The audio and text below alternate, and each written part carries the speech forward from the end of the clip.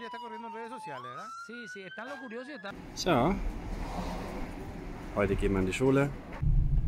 Da steht er. Oh.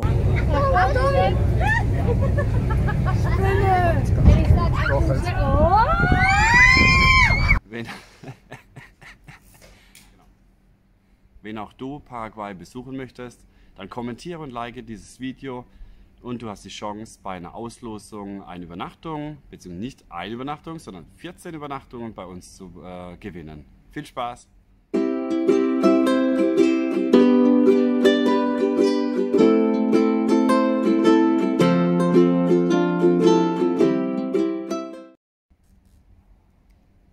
Ja, wir haben gerade Siesta. Ich muss ein bisschen leiser reden.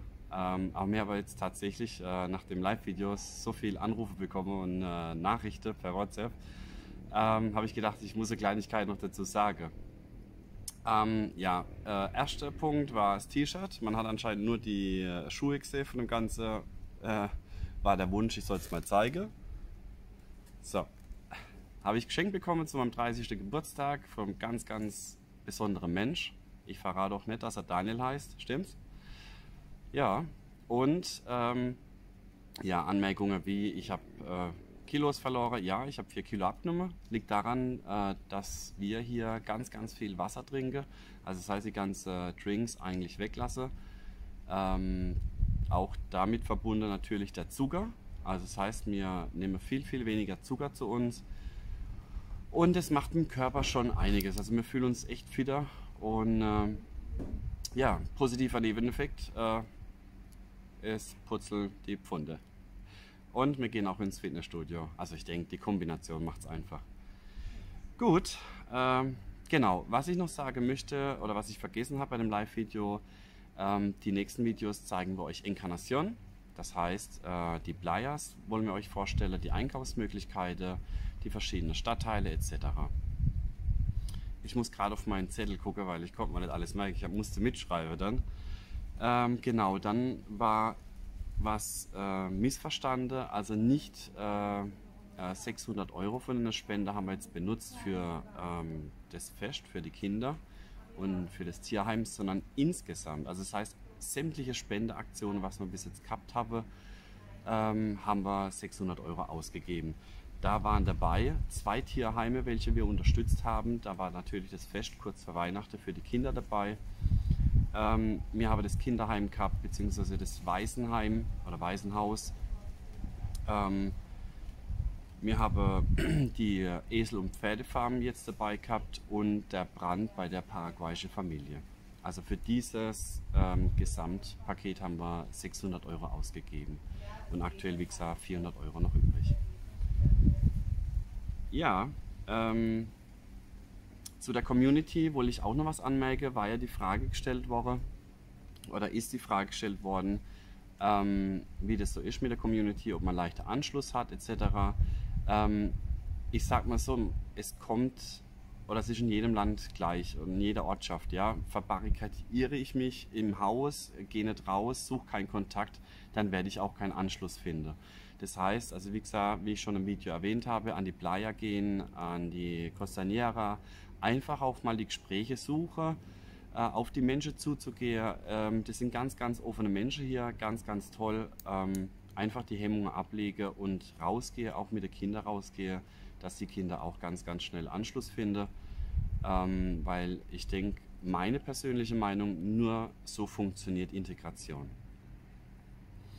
Dann haben wir gehabt wegen dem Spanischlernen. Also wie gesagt, die Irina hat ja überhaupt kein Spanisch gesprochen. Und lernt das Ganze wie meine Kinder auch mit Duolingo und mit dem YouTube-Kanal Vamos Español.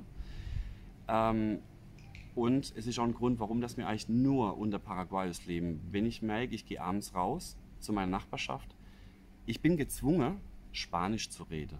Ich bin gezwungen, zuzuhören. Manches funktioniert nicht ganz. Es entstehen auch noch Missstände, also Missverständnisse. Aber das ist alles nicht so tragisch. Nur wenn ich mich, meine persönliche Meinung, nur wenn ich mich unter meiner Gleichgesinnten, also unter Deutsche oder deutschsprachige Mitmenschen aufhalte, dann habe ich diesen Lerneffekt nicht so stark und nicht so schnell. Das war für uns ein Grund. Wir wollen uns integrieren, wir wollen die Kultur annehmen, wir wollen die Feste feiern. Ja, ich habe das eigentlich erwartet von den Immigranten in Deutschland, und dann kann ich nicht ins Ausland gehen, kann dann sagen, okay, ich mache das jetzt nicht. Aber wie gesagt, meine persönliche Meinung, ich finde es besser, es klappt wunderbar. Wir verstehen ganz, ganz viel Spanisch. Die Irina versteht schon Spanisch. Die Irina traut sich nur noch nicht zu sprechen. Das war bei mir am Anfang auch so. Man hat viel verstanden, aber man schämt sich doch davor, irgendwelche Fehler zu machen. Und ich finde es auch ganz, ganz toll. Man wird immer korrigiert. Es sind kleine Fehler, die sich als einschleichen. Und ich habe dann zu allen gesagt, bitte korrigiert mich, wenn ich eine falsche Aussprache bzw. ein Wort dann falsch benutzt habe. Genau. Also wie gesagt, kurzer Tipp, bewegt euch viel, geht raus, ihr bekommt schnell Anschluss. Dann haben wir noch das Thema Straßenhunde gehabt. Da habe ich auch noch einige Fragen bekommen dann nach dem Video. Es gibt hier viele Straßenhunde, ja. Es kommt auch darauf an, wo man wohnt in Paraguay. Meine Erfahrungen, die ich bisher gemacht habe, ist, dass die in Asunción bzw. in den Vororten von Asunción oder Stadtteile viel mehr Straßenhunde gibt wie hier in Encarnación. Viele Straßenhunde haben, ja, so ist mir erzählt worden, viele Straßenhunde haben einen Besitzer. Also man sieht es auch, viele Straßenhunde tragen ein Halsband und werden dann einfach abends dann freigelassen, die rennen dann auf der Straße rum und so weiter und so fort. Wir haben auch ein negatives Ereignis gehabt, also nicht ich, aber ein Freund von mir, der ging nach dem Männerabend nach Hause, ist zu Fuß gelaufen und kurz vorm Haus kamen zwei Straßenhunde und haben ihn attackiert. Was bei mir funktioniert, ich habe diese Erfahrung auch schon gemacht. Das heißt, wenn Hunde irgendwo liegen und man erschreckt sie oder irgendwas, die rennen auf einen zu, nette Rücken hindrehen, rumdrehen, sich breit machen, aufstellen. Habe ich jetzt die Erfahrung gemacht, dass die Hunde sofort stehen bleiben und nicht weiterkommen.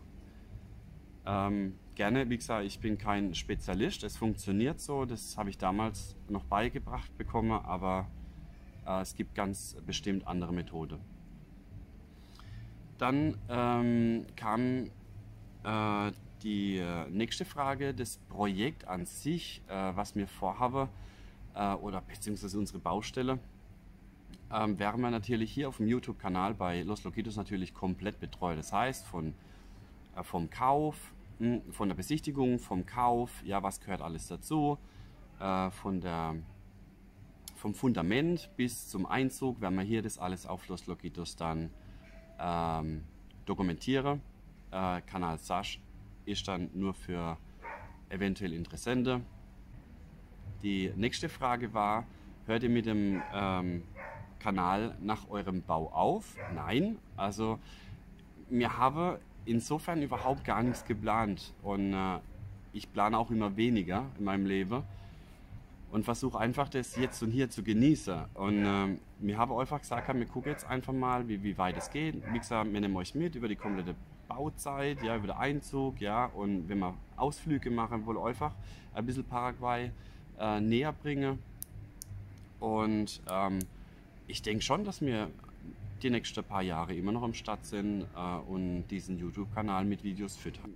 Also mit dem Thema Erklärbär-Video, ja, natürlich erklären wir was über Paraguay, ja, aber es ist nicht so, unser Kanal soll nicht so sein, dass man jetzt ausschließlich nur über den Einkauf oder über sämtliche Sachen dann aufklären, sondern einfach, ja, der Weg mit uns begleitet und fertig. Natürlich kommt es vor, dass man dann ab und zu was erkläre.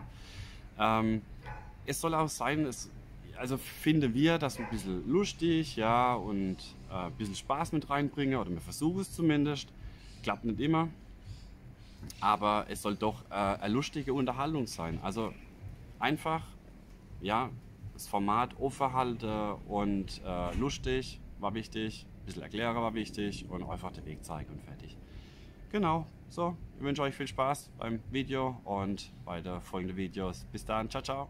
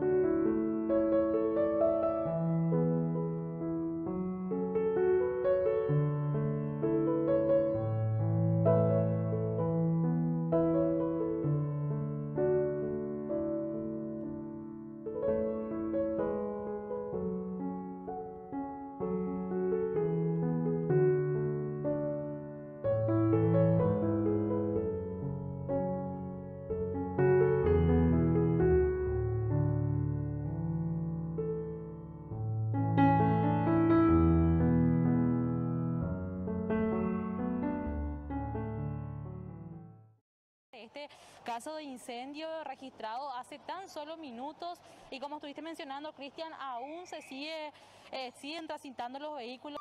Pues ya está corriendo en redes sociales, ¿verdad? Sí, sí, están los curiosos y están los que circulan sin saber lo que está pasando. Y por eso se tiene que cortar encontraron. antes. Y Razábal y Bueno. Wiesen cortar Curupactú y Honorio González.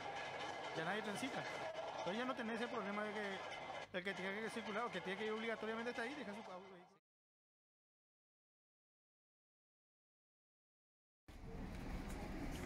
So, heute gehen wir in die Schule.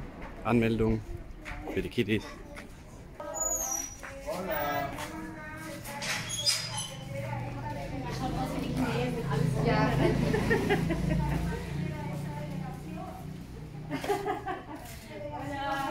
Hola. ¿Cómo están? He's the president and vice president. ¿Vas a ayudar? No, es que ¿verdad? Jetzt kommen wir zum Sportbereich. Piscina. Da lernen sie schwimmen. Und da gibt es eine riesen Sporthalle. Basketball, alles dabei.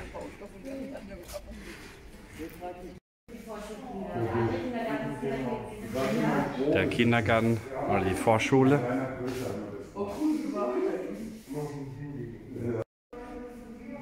Und hier geht es, glaube ich, zum Essensraum für die ganze Schule.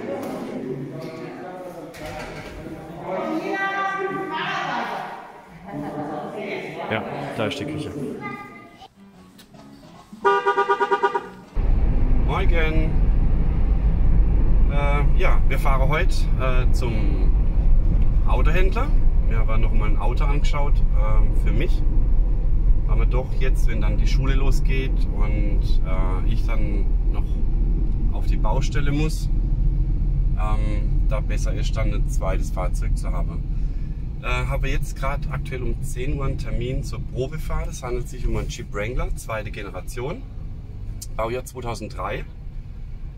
Und ich habe jetzt insgesamt 9 Stück angeschaut im Internet und war aber einige, 4 Stück haben wir noch weiter angeschaut. Gell? Mhm. Und habe 4 live gesehen und muss sagen, Preis-Leistung ist wirklich top. Ja, und wie er ausschaut und was er alles kann und wo die Schwachstellen sind bei den Jeep Wrangler, zeigen wir gleich. Das Ziel befindet sich auf der linken Seite. Da steht er. Jetzt gucken wir gerade, ob wir zeigen können. Da steht er. So, und das ist er. Wie gesagt, Jeep Wrangler, Rubicon, zweite Generation, Baujahr 2013. Schwachstelle von dem Fahrzeug hat viel mit Rost zu kämpfen. Und zwar sind Schwachstelle hier. Und hier sieht man, dass das Chassis 5 cm erhöht worden ist. Der Unterboden allgemein hat einfach Schwachstelle vom Rost, aber es ist wirklich alles restauriert worden oder neu gemacht worden. Die ganze LEDs innen drin war wichtig, kein Leder zu haben, weil es ist sehr heiß hier oder kann heiß werden. Und wenn das Auto dann in der Sonne steht, ist es eigentlich unerträglich. Genau, 142.000 Kilometer und hat hier dann die Zuschaltung vom Allrad. Also zweifach wenn man der Straße fährt zum Beispiel. Dann haben wir 4-fach, das heißt Allrad mit hoher Geschwindigkeit, neutral und 4 Low. Das nennt man dann fürs Gelände, wenn man dann langsam fährt. Man braucht dann das Allrad von dem Fahrzeug. Was reingebaut worden ist, noch so ein Bildschirm. Der Spiegel ist neu gemacht worden und was mir in dem Fahrzeug richtig zugesagt hat, war, dass das Fahrzeug einen Hardtop hat. Das heißt, man kann das Ganze hier abnehmen, weil viele haben doch das Leder und wenn das Leder dann in der Sonne steht, wird es porös und es regnet halt doch oft rein. Ansonsten, man sieht auch hier die Reife, gucke über den Kotflügel bzw. über die Seite raus. Ich glaube nicht, dass es in Deutschland ab nur eine Woche wäre vom TÜV. Ansonsten steht es wirklich richtig top da, das Fahrzeug.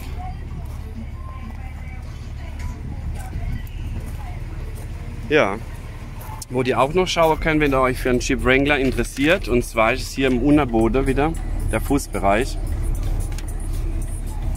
Auch wegen wieder im Rost. Und man sieht, es sieht eigentlich sehr gut aus. Also es sind auch keine Bläschen oder irgendwas.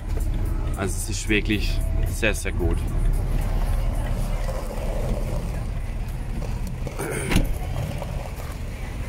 Ja.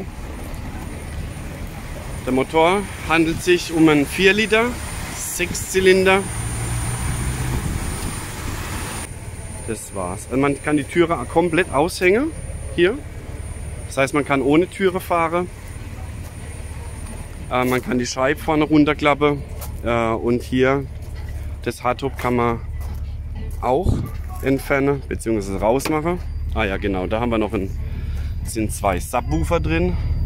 Einmal hier, einmal hier. Das war jetzt nicht ausschlaggebend, aber nice to have. So, dann machen wir mal auf. Sehr großer Kofferraum.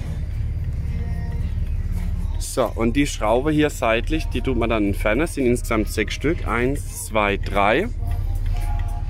Dann oben. Und dann kann man das ganze Hardtop in einem entfernen. Und so sieht es dann Ganze aus. Hier oben sind immer noch Lautsprecher, vorne sind Lautsprecher.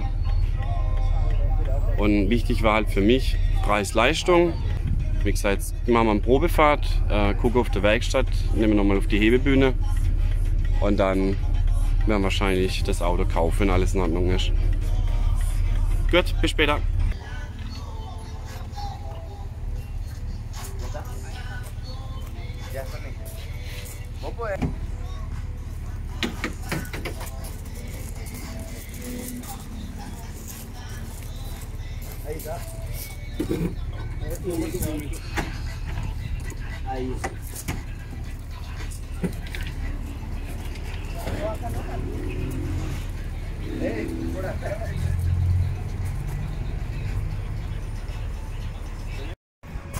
So, was haben wir gemacht? Auto gekauft und wirklich sehr tolle Autos hier in Encarnación. Und Alejandro ist der Chef und dann sagt er gerade einen Gruß von ihm. So, jetzt wird das Hardtop wieder drauf gemacht, weil es ist aktuell bei uns Hochsommer und da ist nicht so toll zu fahren ohne. Ja, unser neues Auto.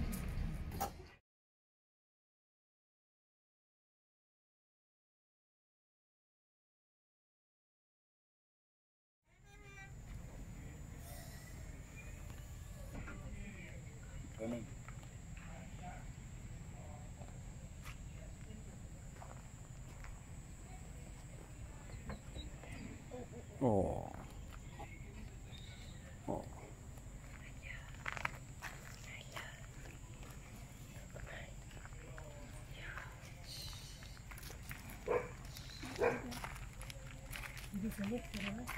No.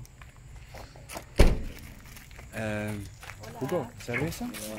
¿No? No. Sí, un momento. Ja, ja. Das gibt jetzt eine Überraschung, weil wir haben 2 Straßenhunde heute aufgenommen. Ein heller und ein schwarzer. Und unsere Kinder und die Rita, die wissen nichts davon. Deswegen überraschen wir sie jetzt. Guck mal, da ist die Rita.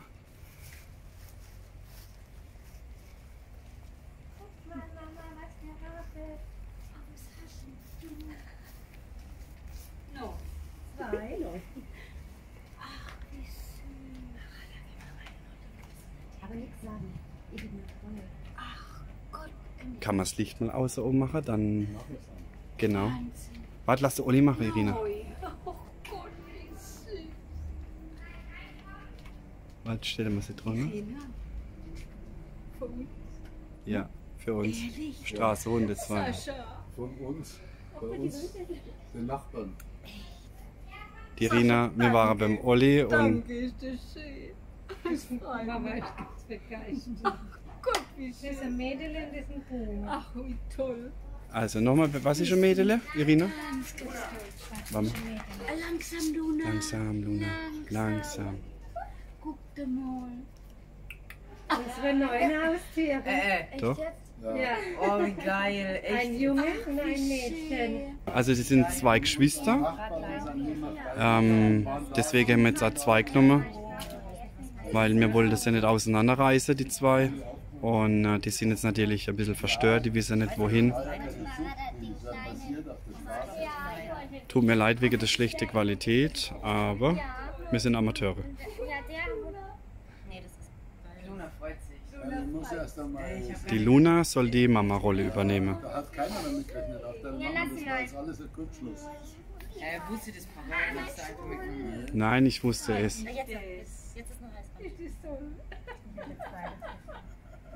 Alles gut, Rita? Das ist Mädchen, das Schwarze, oder? Ach, wie süß. Und seine Geschwister sind zusammen. Genau, die Geschwister sind zusammen, die haben wir nicht auseinandergerissen. Und die Luna freut sich.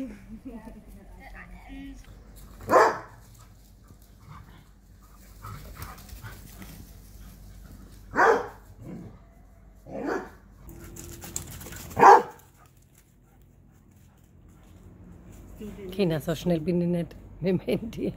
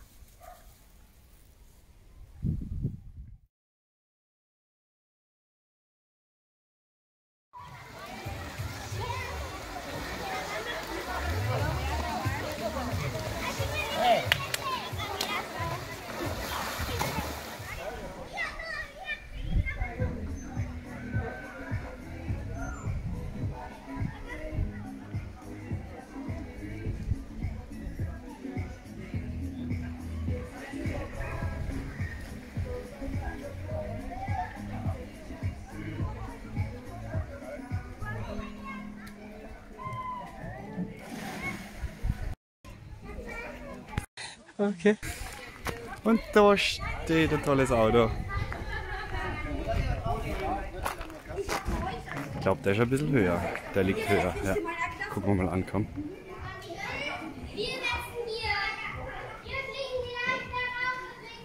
Ist der schön? Ist der schön? Ja, der ist definitiv höher.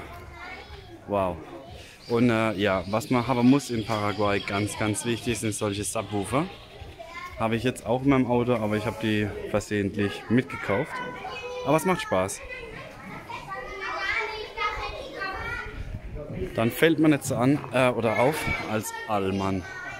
Und mit diesem Gerät fahren wir jetzt durchs Gelände.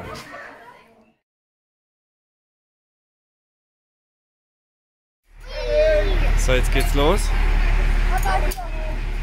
Und ich glaube, ich habe schon ein bisschen Angst wegen den Dinosaurier. Au, au, au, au. Das ist ein Ameisenhügel. So. Und hier, oh, da unten hat es auch solche, ich weiß nicht, ob man es erkennt, aber da unten. Pferde.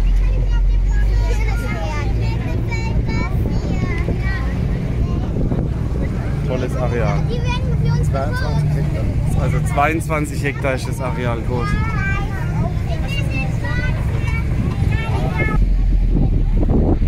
Malea, da sind ganz, ganz viele Pferde.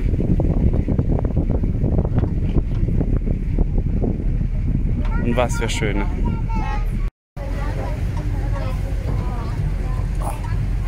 Also wir fahren jetzt direkt in den Dschungel.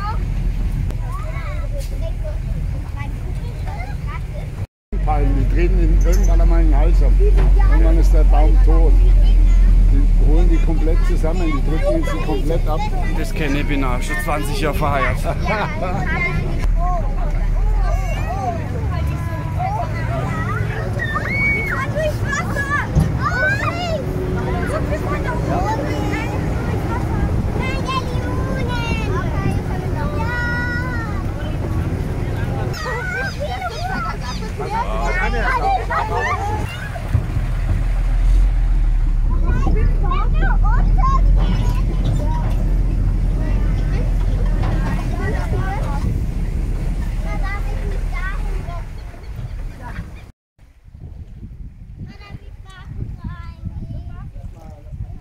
Essen und deiner Fahrt ist bitte einzustellen.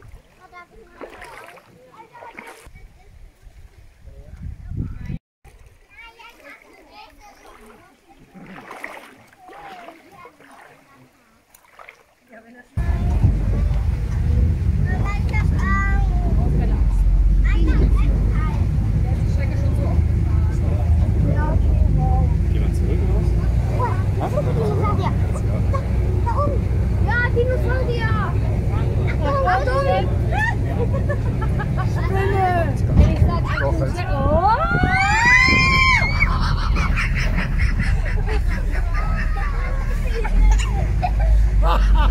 Ja, Mann! Zugabe!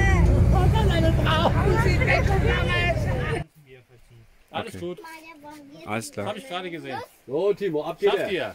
Ruhig. Peter, festhalten.